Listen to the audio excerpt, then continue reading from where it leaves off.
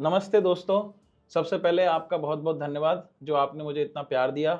और जैसे कि आपको पता है कि मैं कैरियर सीरीज़ चला रहा हूँ और इसी दौरान मैंने 2 एपिसोड, एक एस्ट्रोलॉजी और एक टैरो कार्ड और उसके साथ-साथ प्राणिक हीलिंग पर आपको शोकेस किया कि कैसे आप अपना करियर बना सकते हैं।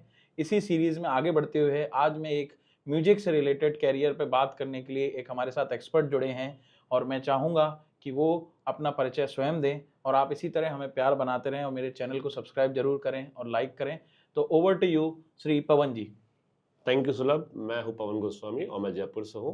Basically I am a guitarist composer और एक मेंटोर भी हूं। मैं और एक म्यूजिक एकेडमी रन करता हूं अपने शहर में और उसका ठीक ठाक सा नाम भी है। तो ये मेरी छोटा सा इंट्रोडक्शन है। थैंक यू पवन सर, पहले तो आपने हमें समय दिया और अपने माय बारे में प्लेजर। बताया। माय तो प्लेजर। अब जैसे हमने म्यूजिक इंडस्ट्री की बात कर रहे हैं, जैसे डिफरेंट डिफरेंट वर्टिकल हैं, बट आप एक गिटार एक्सपर्ट हैं।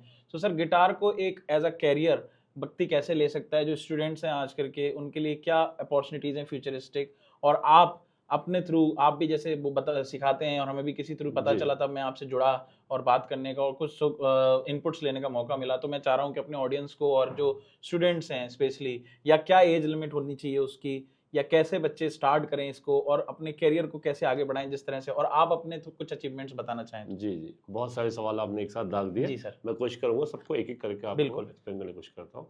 देखिए, मैं उस दौर का म्यूजिशियन हूँ जब इंटरनेट का दौर नहीं था। इंटरनेट उस समय शुरू हुआ था, मैं 90s की बात कर रहा हूँ। राइट, 92 के आसपास मैंने सीखना शुरू किया था। तो उस ज़माने का दौर आज के दौर में बहुत बड़ा परिवर्तन आया है, पहली बात तो। क्योंकि अब इंडस्ट्री बहुत इवॉल्व हो रही है, बेसिकली टेक्नोलॉजी बहुत हावी होती जा रही है म्यूज़िक पे भी। तो उस समय टेक्नोलॉजी कम थी और प्योर म्यूज़िक ज़्यादा था। तो मेरी शुरुआत भी ऐसे ही हुई थी। मैंने हालांकि सीखना इंडियन क्लासिकल शुरू किया था। मेरे प्रथम गुरु श्री राजीव भट्ट जी थे, जो विश्वमोहन जी, पंडित विश्वमोहन जी भट्ट जी के फैमिली से ही हैं।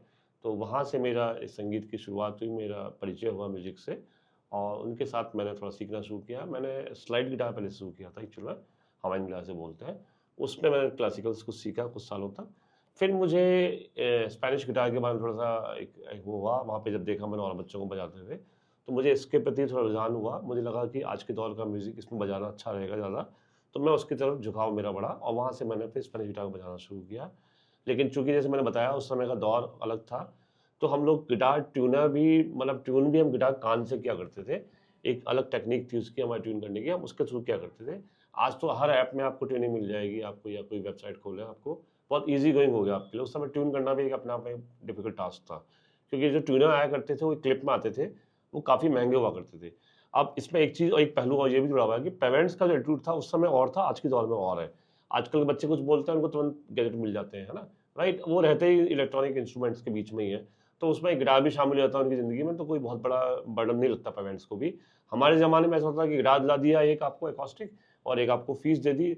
उसके अलावा कोई डिमांड करना बड़ा ना डर लगता था कि पापा से बोलेंगे नहीं, अब मुझे ये क्लिप वाला है ना ट्यूनर भी चाहिए। और वो इतना डेप्थ में जाना भी नहीं चाहते थे। बस तेरा शौक है, तू सीख ले, अब तू जाने तेरा काम जाने, है ना? एक वो वाला एटीट्यूड हुआ करता था पेरेंट्स का। तो उस दौर में हमको हिम्मत होती नहीं थी कि हम ट्यूनर खरीद लें, क्योंकि वो उस समय 400-500 रुपये का आया करता था। तो फिर हम उसी में से कुछ करके, तो वही वाली आविष्कार आविष्कार जर्नी, तो हमने वहीं से सीखा ऐसे करते हुए। फिर ऐसे आगे बढ़ते गए और अब जो है वो सीन बिल्कुल चेंज है। आजकल के बच्चे बहुत एडवांस हैं, नो डाउट, क्योंकि वो दिन रात इंटरनेट में रहते हैं, सर्फिंग करते हैं, बहुत कुछ चीज़ें सीख के आते हैं और ऑलरेडी चेक कर लेते हैं। क्रॉस चेक भी अब वो आराम से कर पाते हैं। हमारे ज़माने में ये नहीं था। हमें जिसने बताया, जो बताया ये जी कॉर्ड, तो हम उसको जी कॉर्ड मान लेते थे, राइट? आज उसको हम चेक कर सकते हैं। तो आज इतनी लिवरेज है स्टूडेंट के पास कि वो चेक कर सकता है कि जो वो सीख रहा है वो क्या सही सीख रहा है, क्या नहीं सीख रहा है। लेकिन दूसरा पहलू उसका ये भी है कि बहुत कन्फ्यूज़्ड है आज के स्टूडेंट्स। क्यों? क्योंकि उनके पास बहुत सारी अपॉर्चुनिटीज़ आ गई सीखने की, राइट? बहुत सारे ऐप्स हैं, बहुत सारी वेबसाइट्स हैं, बहुत सारे चैनल्स हैं, राइट? टीचर्स भी हैं, तो वो समझ नहीं पाते हम शुरुआत कहाँ से करें। इसमें जो सबसे बड़ी प्रॉब्लम जो है वो ये है कि स्ट्रक्चर्ड लर्निंग जो होती है ना, वो बच्चे नहीं कर पा रहे हैं, क्योंकि वो बहुत कन्फ्यूज़्ड हो गए। प्लस दूसरी बात, उनको ये भी नहीं पता कि हमें कितने आगे तक जाना है इस फील्ड में, राइट? तो वो भी उनका पाथवे, उनका जो होता है वो क्लियर नहीं हो पाता, इसलिए कि उनको पता ही नहीं है वो 3 महीने सीखेंगे, 3 साल सीखेंगे या 30 साल सीखेंगे, राइट? क्योंकि म्यूज़िक क्या अंदर होता है, हर आदमी का म्यूज़िक अंदर होता है, तभी वो इंडल्ज होता है म्यूज़िक या किसी आर्ट फॉर्म की तरफ। तो म्यूज़िक तो उसके अंदर है, लेकिन वो उसको एक्सप्लोर नहीं कर पाता अपने आप को, राइट? अपने एक्सप्रेस नहीं कर पाता उस चीज़ को, तो वो वहाँ पे रुक जाता है वो। इसमें पेरेंट्स का, सोसाइटी का एटीट्यूड बहुत मायने रखता है कि अगर वो देख लेते हैं कि बच्चे में टैलेंट है और उसको नर्चर अगर प्रॉपर तरीके से कर रहे हैं अब तो कोई दिक्कत नहीं है। लेकिन बहुत सारे टैलेंट हमने ऐसे मरते हुए भी देखे हैं कि पेरेंट्स लगता है नहीं अभी 2 महीने का शौक है, छुट्टियां हुई हैं, चलो सीख लो और जाके आ जाओ, राइट। तो वो वाले बच्चे अच्छे टैलेंटेड होने के बावजूद भी आगे नहीं कर पाते। हमारा मन भी बहुत दुखी होता है इस चीज़ को लेके, लेकिन ठीक है अभी ट्रेंड है, किसी के पेरेंट्स को हम बहुत ज़्यादा नहीं फोर्स करते। उनको लगता है कि अपनी क्लासेस चलाने के लिए ऐसा कर रहे हैं, जबकि ऐसा नहीं होता।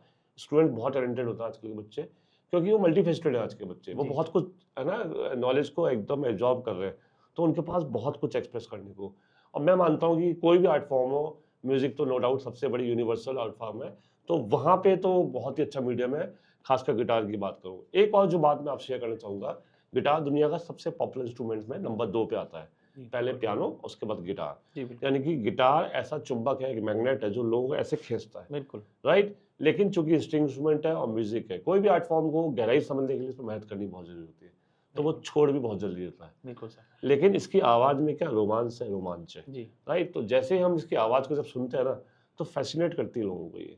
और यूथ का तो मोस्ट है ना पॉपुलर इंस्ट्रूमेंट इसलिए भी है कि बहुत ट्रेंडी है। आपने इसको अपने कंधे में टांगा, अपने बाइक में लिया, चल दिए कॉलेज में, राइट। बहुत सारे लोग गर्लफ्रेंड पटाने के लिए गिटार सीखते हैं, तो ये भी एक एटीट्यूड है इसका ना, ये भी एक पहलू है इसका। तो गिटार बहुत कुछ आपको देता है। शायद यही वजह है कि मुझे भी गिटार से प्यार हुआ। मेरा गर्लफ्रेंड वाला कोई फंडा नहीं था, मैं पहले क्लियर कर दूं लाइटर नोट। लेकिन हाँ, लेकिन ये गिटार मुझे बहुत पसंद था, साउंड बहुत पसंद था। उस जमाने में ऋषि कपूर की कर्ज फिल्म आई थी, आपने देखा होगा, तो उसमें वो जो एक हसीना थी एक दीवाना बड़ा पॉपुलर था, सागर मूवी का एक गाना था, उसमें गिटार बहुत अच्छे से बजा था। तो ये जब सुनते थे लगता था कि यार सीखे फिर आशिकी के गाने आए इस तरह से। तो इसी से मेरा एक क्वेश्चन आया सर कि आपका इंटरेस्ट कैसे जागा, और थोड़ा सा आप अपने बैकग्राउंड के बारे में बताएंगे सर, ताकि लोगों को पता चले कि आप कितने साल से इस इंडस्ट्री में हैं, और या शुरू से ही आप from the day one you are from in the industry, या फिर कहीं पहले आप कुछ और कर रहे थे फिर अचानक से आपका इंटरेस्ट जागा और आप इसमें एंटर हुए। नहीं ऐसा तो कुछ नहीं है। हमारे मतलब डायरेक्टली हमारे घर पे, जैसे मेरे दादाजी पुलिस में थे, सीआईडी में थे, मेरे फादर लिटरेचर से जुड़े हुए थे, लेकिन म्यूजिक उनके हाथ पर नहीं था, तो डायरेक्टली तो हमारे घर पे कोई भी ऐसा म्यूजिक नहीं कर रहा था। लेकिन चूंकि गोस्वामी है और हमारे परिवार में बहुत से कलाकार हैं जो, लेकिन उनके कुछ कण शायद कुछ जीन्स मेरे में आए, लेकिन ऐसा सोचा हुआ नहीं था कि म्यूजिक ही करना है। जैसे और आम बच्चा शुरुआत करता है वैसे शुरुआत हुई, और एक सीखना शुरू किया, जाना शुरू किया, धीरे धीरे प्यार बढ़ता गया, वो परवान चढ़ता गया, और आज इस मकाम पे आ गए कि अब इसके बिना जिंदगी अधूरी लगती है। और अभी सर जब आप गिटार के बारे में बता रहे थे, तो इसमें आपने 2-3 वैरायटीज बताई, तो वो क्या स्टूडेंट भी उन चीजों का ध्यान रखे जब वो आपके पास या किसी के पास भी सीखने जाए, तो क्या वो उसको पता होना चाहिए कि मेरे को पर्टिकुलर कौन सा गिटार सीखना है, या कौन सी वैरायटी सीखनी है? जैसे मैं वैरायटी टर्म, अगर आप टेक्निकल टर्म मुझे करेक्ट करिएगा जो भी है, तो वो आप थोड़ा बताएं सर, उस पर थोड़ा रोशनी डालें। देखो गिटार मेरे हाथ में भी जो वो एकॉस्टिक गिटार है, एक होता है इलेक्ट्रिक गिटार, राइट, मोटे तौर पर एक बेस गिटार भी होता है वैसे, लेकिन वो इलेक्ट्रिक का एक फॉर्म है बेसिकली। तो ये एकॉस्टिक गिटार क्यों सीखना चाहिए? आप बड़े से बड़े म्यूजिशियंस की हिस्ट्री पढ़ेंगे तो एकॉस्टिक गिटार का प्योर साउंड है इसका, इसमें कोई न्यूएंसेस नहीं है, कोई टेक्नोलॉजी इन्वॉल्व नहीं है, इसका साउंड प्योर आएगा, प्योर साउंड आएगा इसका, राइट। तो ये आपके ईयर्स को बहुत स्ट्रॉन्ग करता है। म्यूजिक क्या है? म्यूजिक नॉट ऑल अबाउट कि केवल प्ले करना, आपको सुनना भी उतना अच्छा होना चाहिए। जितना अच्छा आप सुनेंगे उतना अच्छा बजा पाएंगे, ऐसा माना जाता है। और सुनने के लिए वही वाली बात है कि आपको अच्छा प्योर म्यूजिक को सुनने के समझने के लिए आपके कान तैयार होने चाहिए, है ना। इसे ईयर ट्रेनिंग बोलते हैं। तो ईयर ट्रेनिंग्स हमारे यहाँ पे बहुत इंपॉर्टेंट होती है म्यूजिक में। तो ईयर ट्रेनिंग तभी होगी जब आप प्योर साउंड को सुनेंगे, राइट। अगर आप, क्या होता है इलेक्ट्रिक गिटार में बहुत सारे गैजेट्स यूज होते हैं, प्रोसेसर एक होता है, एक एम्पलीफायर होता है, उससे क्या साउंड टोन जो होती है उसकी चेंज आती है। जो ओरिजिनल गिटार का साउंड होता है वो टोन नहीं रहता, तो उसको मतलब अपनी दिमाग से गिटारिस्ट म्यूजिशियन या टेक्नीशियन उसको चेंज करता है उसकी टोन को, तो उसकी ओरिजिनलिटी तो नहीं रहती उस चीज़ को। हालांकि वो भी एक अलग इम्पैक्ट पैदा करती है, वो एक अलग बात है, लेकिन शुरुआत में जब आप समझने जा रहे हो संगीत को, उसके म्यूजिक के नोट्स की प्योरिटी को, उसकी डेप्थ को, तो वो तभी समझ में आएगी जब आप उसका प्योर साउंड सुनेंगे, राइट। तो इसीलिए मैं शुरुआत में हर आदमी को पहले कुछ साल एकॉस्टिक इंस्ट्रूमेंट के साथ बिताना चाहिए, उसके बाद इलेक्ट्रिक वर्जन की तरफ जाना चाहिए। अगर उसका इंटरेस्ट वहाँ तक बनता है तो वो फिर वो जज कर पाएगा, और वो शायद ज़्यादा बेटर म्यूजिशियन बनेगा, क्योंकि उसने एकॉस्टिक गिटार पे, प्योर म्यूजिक पे ज़्यादा समय दिया है, ऐसा मेरा मानना है। ओके सर, इसमें एक ये और मैं चीज देखता हूँ, जैसे जनरली तो अपन कोई भी इंस्ट्रूमेंट बजाते हैं तो उसमें सारे गा मा पा धा नी सा ऐसे बजाते हैं, बट इसमें लोग A minor, B minor, C D ऐसे करके, क्योंकि मैं देखता रहता हूँ और आपसे भी मैंने सुना, तो ये क्या रॉकेट साइंस है इसके पीछे? नहीं कुछ भी रॉकेट साइंस नहीं, बहुत सिंपल सा लॉजिक है इसका। देखिए मीडियम अलग अलग होता है, है ना, लेकिन मंजिल एक है, रास्ते अलग है, ऐसे मानो आप, ठीक है। वो सारे गाँव पासा के थ्रू रास्ते चलते हैं, हम लोग CDFG या वेस्टर्न नोट्स के थ्रू चलते हैं, क्योंकि ये इंस्ट्रूमेंट वेस्टर्न है basically, okay, right, this is not Indian instrument. तो ये वेस्टर्न इंस्ट्रूमेंट होने की वजह से हमें उसी की लैंग्वेज को सीखना होगा, ओके, राइट, जैसा देश वैसा भेष, वो वाली बात है। तो यहाँ पे हम गिटार सीख रहे हैं, तो गिटार को हमेशा वेस्टर्न नोट से सीखना चाहिए। और वैसे भी देखिए, आज ग्लोबल हो चुका, ग्लोबलाइजेशन बहुत ज़्यादा फैल चुका है, आपको पता है ना। तो आज आप अभी यहाँ हैं, हो सकता है कल अमेरिका में हो या किसी भी कंट्री में हो सकते हो, तो म्यूजिक यूनिवर्सल जो है वो बेसिकली, अगर इंस्ट्रूमेंट उनका है basically, G, this is not G, our instrument, तो ये इनका इंस्ट्रूमेंट है, इसलिए हमें उनकी उनकी लैंग्वेज समझ में आनी चाहिए, उनकी लैंग्वेज करना चाहिए, जिससे हमारा जो हमारे बहुत सारे स्टूडेंट है, जो बर्कली दुनिया का सबसे बेहतरीन कॉलेज में आया था म्यूजिक एजुकेशन में, जी, वहाँ भी पढ़ने गए हुए हैं, रहमान कंजर्वेटिव में बहुत सारे स्टूडेंट हमारे गए हैं, राइट, इंडस्ट्री में भी इवन कई लोग काम कर रहे हैं। तो वो क्या है कि वहाँ पे अगर ये नॉलेज नहीं है उनको वेस्टर्न नोटेशन की, तो शायद वो सर्वाइव नहीं कर पाए गिटार के साथ, तो कम से कम, जी, राइट। एक सिंगिंग अलग होती है, सिंगिंग में तो फिर भी आप सर्वाइव करते हो सारेगामा या इंडियन फॉर्म के साथ, लेकिन अगर इंस्ट्रूमेंट प्ले करो वो भी वेस्टर्न इंस्ट्रूमेंट, तो उसकी वहाँ पे इन डेप्थ वेस्टर्न नॉलेज होनी जरूरी है आपको। इसीलिए ये इंस्ट्रूमेंट्स को वेस्टर्न नोटेशन से सीखा जाता है, सीखना चाहिए। और जो नहीं सीख रहे हैं वो आज से शुरू कर दें, है बिल्कुल। ना, चाहे कहीं भी सीख रहे हो, लेकिन उसको वेस्टर्न नोटेशन से सीखें, क्योंकि इंस्ट्रूमेंट वेस्टर्न है। आपने जैसी बात कही सर सीखने की, जी तो सीखने की क्या कोई एज होती है? और एक और इससे बात निकल के आती है, आपने अभी थोड़ी देर पहले बोला था समर में या बच्चों की छुट्टी हुई तो वो शौक में ले लिया। तो जी उस शौक में अगर कोई बच्चा, जैसे आप बोल रहे हो कई प्रतिभा निकल के आती है, उस शौक में भी उनका करियर दिखता है एज अ जी टीचर आपको, जी तो उन बच्चों के लिए आप क्या बोलना चाहेंगे कि वो अपनी, क्योंकि आज के पेरेंट्स भी इतने एक्टिव हो गए हैं कि उनको पता है कि अगर बच्चा कुछ बोल रहा है तो एक बार वो सुनेंगे जरूर, या वो बिल्कुल। पुराना जमाना गया जब वो नहीं सुनते थे, अब एटलीस्ट पेरेंट्स इतने कोऑपरेटिव हो गए हैं कि वो एक बार तो सुन लेंगे, बाद में अगर उनको अपना थोपना होगा तो वो अलग बात है, हाँ, बट सही लेकिन बात। एक बार तो सुनेंगे। तो वो बच्चे कैसे उनको जस्टिफाई करें कि नहीं मैं करियर बना सकता हूँ, और क्या एज आप समझते हैं कि इसमें करियर बनाने के लिए सही रहती है, राइट, और कितना देखिए, टाइम देना चाहिए? बिल्कुल सही, समझ गया मैं आपका सवाल। बेसिकली बात क्या है, सबसे पहले तो हमें एज बैंड से हट जाना चाहिए, क्योंकि मेरे बहुत सारे स्टूडेंट्स हैं जो 50 प्लस, 60 प्लस, इवन 40 प्लस भी बहुत सारे हैं। तो म्यूजिक के कई जो पहलू, उनमें एक ये भी है कि हम म्यूजिक को किस रूप में ले रहे हैं, राइट। राइट एज क्या है किस चीज़ की, वो उस पर डिपेंड करता है। अगर करियर के रूप में अपनाना है तो नो डाउट आपको जल्दी से सीखना शुरू करना चाहिए, मतलब स्कूल डेज में आप शुरू करें तो बहुत अच्छी बात है, कॉलेज तक तो और आपको आ ही जाना चाहिए। फिर भी अगर कोई लेट भी शुरू कर रहा है तो उसको मेहनत थोड़ी ज़्यादा करनी पड़ेगी, क्योंकि वो फासला जो है वो कम करना है, राइट। क्योंकि म्यूजिक क्या बहुत लंबी यात्रा है, इसमें जर्नी बहुत लंबी है और उसमें बहुत जल्दी थक जाता है आदमी। बहुत सारे ऐसे दौर आते हैं, मैं ये मानता हूँ कि फ्रस्ट्रेशन और म्यूजिक साथ साथ चलते हैं, जी राइट। तो क्योंकि आप जो चाहते हैं पाना वो पा नहीं पाते हैं। हर लेवल के म्यूजिशियन को एक फ्रस्ट्रेशन होती है कि मैं इस लेवल पर, मैं उस लेवल पे कब जाऊंगा, उस लेवल पे कब जाऊंगा। तो ये फ्रस्ट्रेशन के साथ म्यूजिशियन अपने है ना म्यूजिक को लेके चलता है, राइट। फिर कई बार डेस्टिनी भी कोई चीज़ होती है, किसी के स्टार्स बहुत काम करते हैं, कोई बहुत अच्छे कलाकार होते हैं लेकिन उनको वो मंजिल मकाम नहीं मिल पाता, वो भी फ्रस्ट्रेशन क्रिएट करती है। तो फ्रस्ट्रेशन हमेशा साथ चलेगी, पहली बात तो ये फ्रस्ट्रेशन को साथ लेके चलने का मादा हर आदमी में नहीं होता। तो जो म्यूजिक को करियर में अपनाना चाहते हैं, पहले तो उस चीज़ से बहुत क्लियर हो जाए कि म्यूजिक इक्वल्स टू फ्रस्ट्रेशन, बिल्कुल। राइट। मेरी बात सुनने में बड़ी अटपटी लगेगी, लेकिन सच्चाई है, जो म्यूजिक करते हैं आप उनसे गहराई से पूछेगा, वो आपकी बात बताएंगे। जी, नंबर 2, अगर आपको करियर के रूप में अपनाना है तो करियर में भी इसमें बहुत सारे एस्पेक्ट्स हैं कि आपको पहले क्या चुनना है। आप एक परफॉर्मर बनना चाहते हैं, आप एक म्यूजिक प्रोड्यूसर बनना चाहते हैं, आप अपना कोई बैंड फॉर्म करना चाहते हैं, या आप कंपोजर बनना चाहते हैं, या आप प्योर गिटारिस्ट रखें, या आप म्यूजिक को एज ए टीचिंग के रूप में अपनाना जी, चाहते हैं। हर फील्ड में बहुत स्कोप है, बहुत स्कोप है। करने वाले पर डिपेंड करता है आपकी आर्ट कितनी है। जिसने जितना रियाज किया है उसने उतना राज किया है। तो रियाज ही राज करने का सबसे बड़ा फॉर्मूला है। बिल्कुल। तो सबसे पहले कुछ साल तो आपको, यानी कि 5 से 10 साल तो आपको सोचना ही नहीं चाहिए, सिर्फ और सिर्फ रियाज करना चाहिए। ये भी एक बड़ी प्रॉब्लम है, आज के स्टूडेंट्स तो बहुत जल्दी में जी, है ना, हाँ, क्योंकि सोशल मीडिया उनको बहुत चाहिए हावी हो फटाफट चुका है, फेम चाहिए उनको। उनको फेम चाहिए। तो वो जी, क्या करते हैं, 2 गाने बजाए, कुछ बजाया, उन्होंने डाल दिया, दिए, और हाँ, वो उनको कुछ लाइक्स ज़्यादा आ गए या और फिर बड़ी उसमें वायरल हो गई, डिमोटिवेट हो जाते हैं वो। तो वो बहुत जल्दी स्टारडम की ओर जाना ही चाहते हैं, लेकिन वहाँ वो मंजिल मिलती नहीं है, क्योंकि असली जो म्यूजिक है वो तो गहराई से आता है, राइट। तो एक इंडस्ट्री में या जहाँ बड़े लेवल पर आप जाते हो वहाँ फेल होते हो, क्योंकि आपके पास वो डेप्थ नहीं है। जी, डेप्थ इसलिए नहीं, क्योंकि आपने उतना सीखा नहीं है, सिंपल सी बात है। तो पहले तो मैं तो ये सलाह दूंगा कि पहले अच्छे साल, कुछ साल अच्छे गुणीजनों के साथ बिताना चाहिए, खूब प्रैक्टिस करनी चाहिए, और जब आपको लगे कि अब आप अपनी कला में माहिर हो चुके हो, अब आपको स्प्रेड कर सकते हो, उस वक्त सोचना चाहिए कि मुझे इसको करियर में अपनाना है नहीं अपनाना है। फिर सारी बातें हमको करनी चाहिए। बहुत सारे लोग पहले ही बहुत ज़्यादा सोच लेते हैं, उस चक्कर में वो आगे भी नहीं बढ़ पाते और फ्रस्ट्रेशन में शिकार हो जाते हैं वो।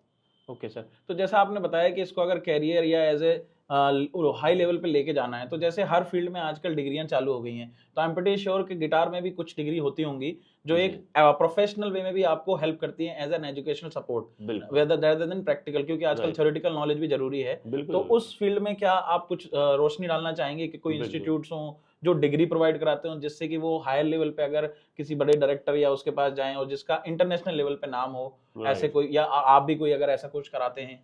जी, मैं बताता हूँ आपको क्या है कि आपको अगर बड़े लेवल पे जाना है तो आपको म्यूज़िक के सारे एस्पेक्ट सीखने होंगे। थ्योरी भी, प्रैक्टिकल भी, है ना? और सारा प्रोफेशनलिज़्म सारा आना चाहिए आपको। तो वो कैसे होगा? उसके लिए आपको कोई सिलेबस फ़ॉलो करना होगा, जी, राइट? क्योंकि सिलेबस क्या हम जैसे लोगों का बनाया हुआ है, सिलेबस बिल्कुल, हाँ, दुनिया के टॉप म्यूजिशियंस का बनाया हुआ ऑब्वियसली, होता है, राइट? तो उस म्यूजिशियन के सिलेबस को हम फ़ॉलो करेंगे तो नो डाउट हमको अच्छा कुछ सीखने को मिलेगा, पहली बात तो। अब रही बात आपने पूछा कि कौन-कौन सी डिग्रियाँ कहाँ से मिलती जी, हैं। देखिए बहुत सारे इंटरनेशनल कॉलेजेस हैं, है ना? जिसकी फाइनेंशियल कैपेबिलिटी अच्छी है या कोई बहुत ही एक्स्ट्रा ऑर्डिनरी है तो वो स्कॉलरशिप के बेस पे, अच्छा, अदरवाइज आपको एक मोटा पैसा खर्च करके आप किसी भी बाहर की अच्छी यूनिवर्सिटीज़ में आप म्यूज़िक को सीख सकते हैं, ठीक है, राइट? अगर उतने आपकी पॉकेट है तो बिल्कुल, और हाँ, आपकी इतनी लेवरेज है आपके हुँ, पास तो।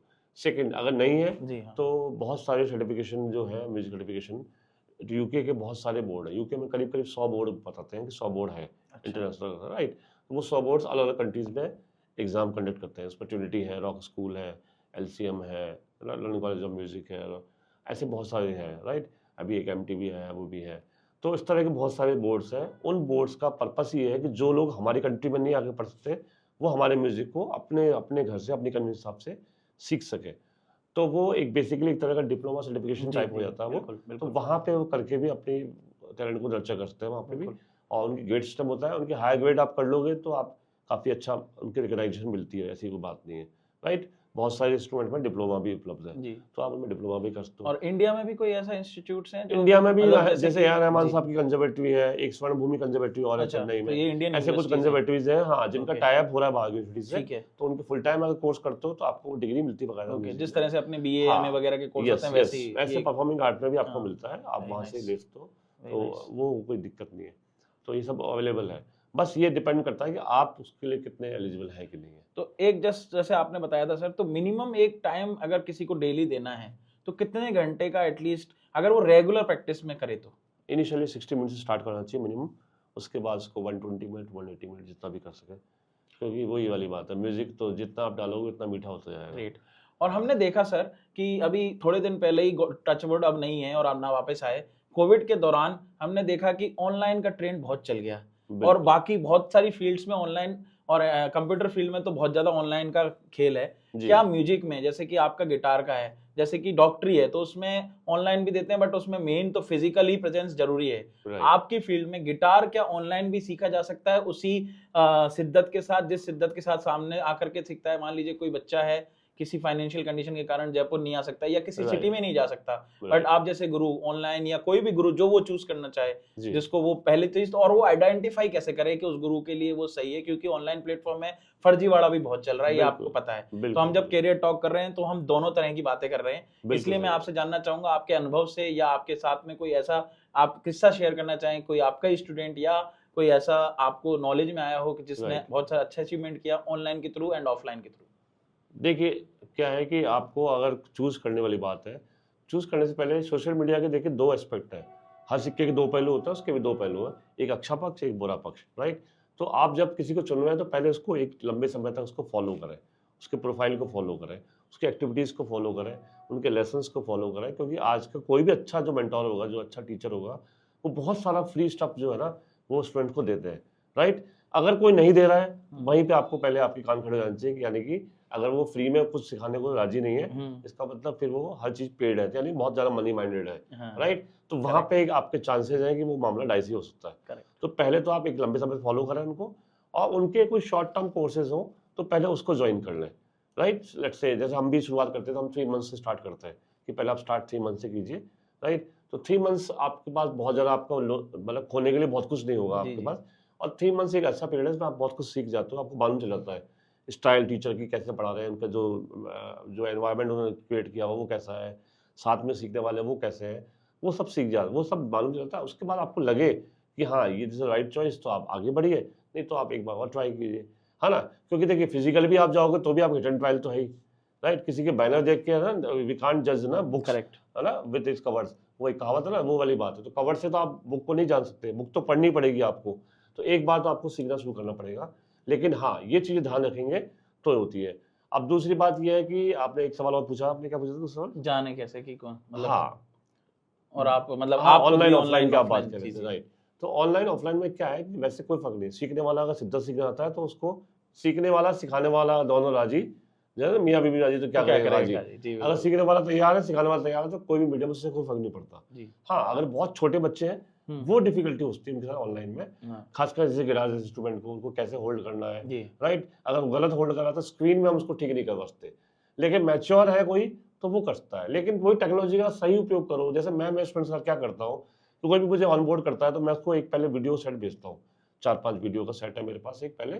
तो उससे क्या होता है कि वो प्रिपेयर होता है मेंटली, वीडियो देखने की उसकी आदत रहती है, स्क्रीन में समझने की हैबिट उसकी बन जाती है कि मैं स्क्रीन में देख के कैसे समझना है, मुझे लेसन समझ में आ रहे नहीं आ रहे, तो कैसे गिटार पकड़ें, कैसे प्लेटम को पकड़ें, कैसे आप बैठें, कैसे गिटार ट्यून करें, राइट। गिटार लेते वक्त क्या बातों का ध्यान रखें, गिटार आने के बाद उसको कैसे केयर करें, ये सारे वीडियोस का एक पूरा सेट है।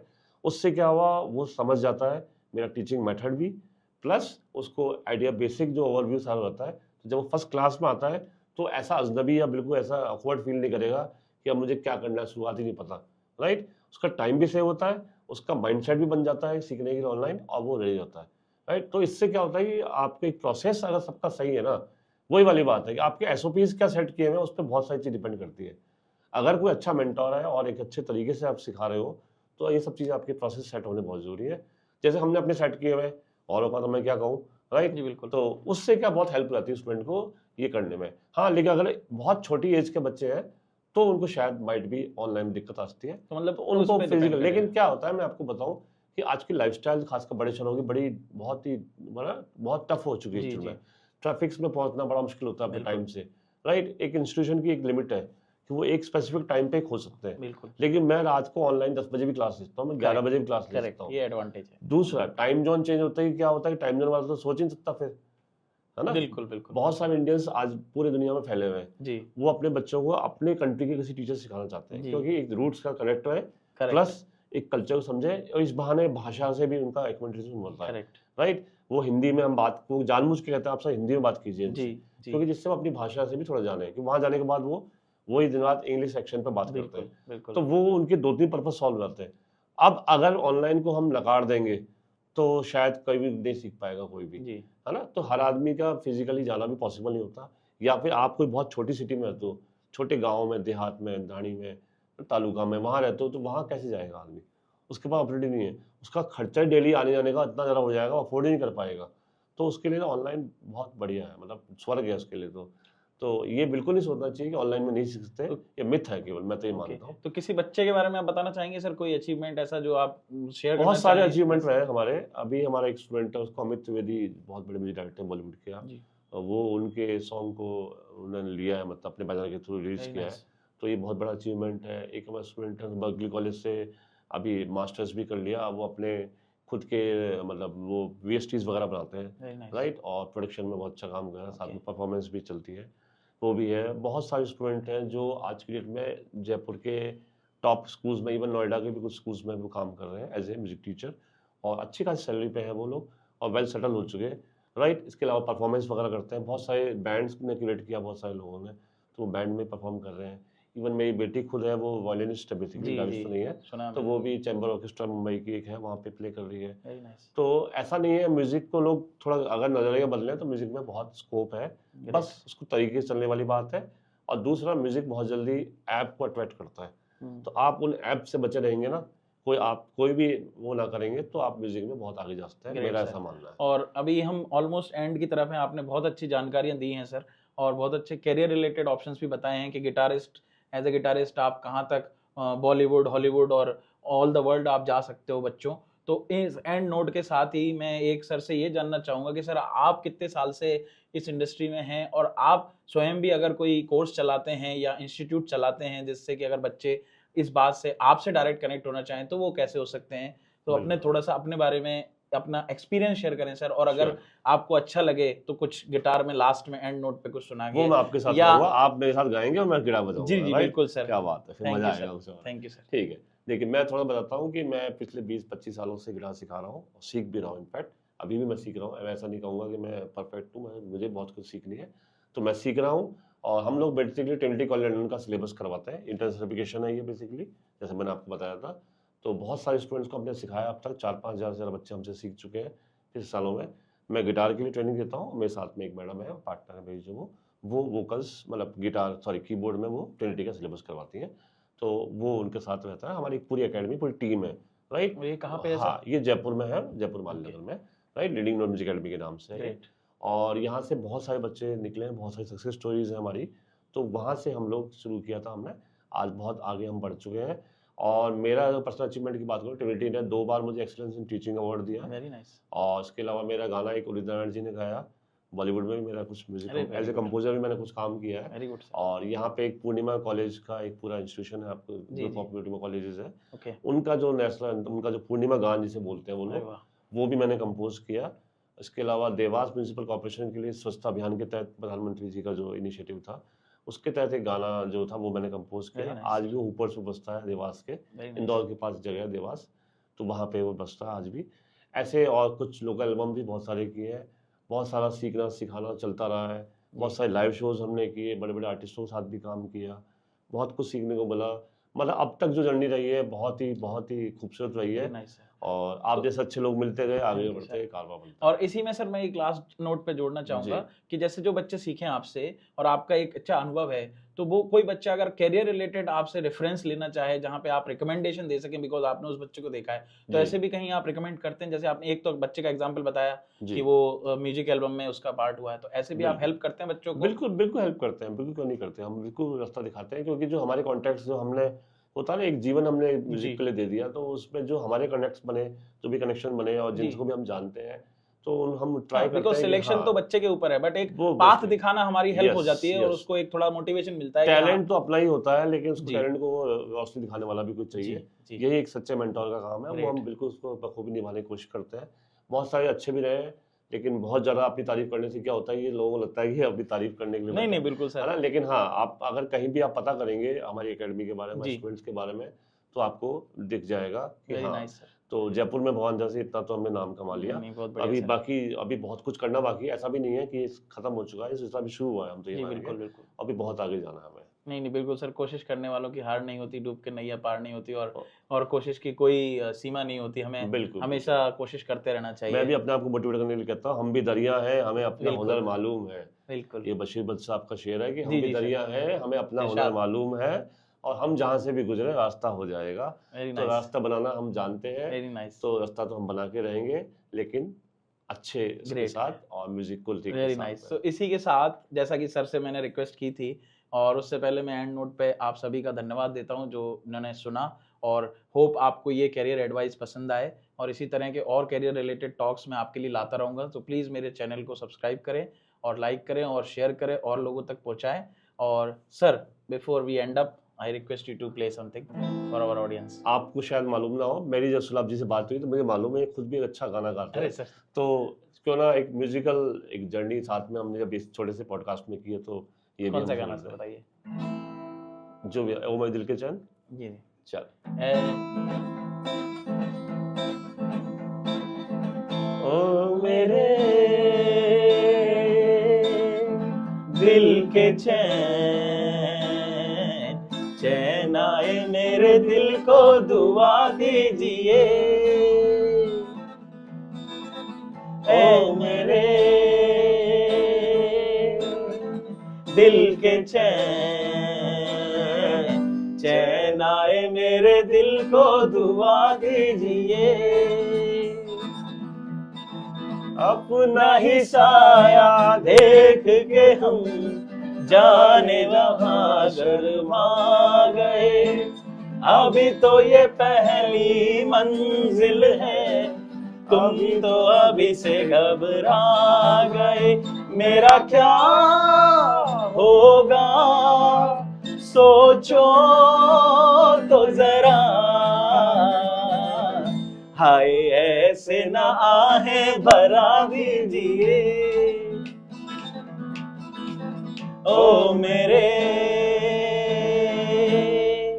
Thank you so thank you much. Very Thank you much, so thanks much. For watching, thank you sir.